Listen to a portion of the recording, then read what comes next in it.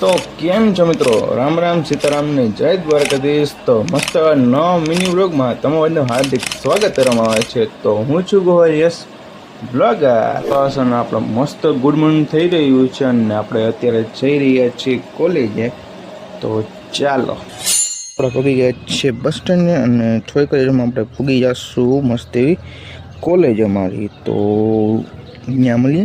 તો ચાલો જેમ તેમ કરીને પૂગી ગયો છું કોલેજે અને આજે ખૂબ જ મોડું થઈ ગયું છે ને આજે એક લેક્ચર પણ મિસ થઈ ગયો છે।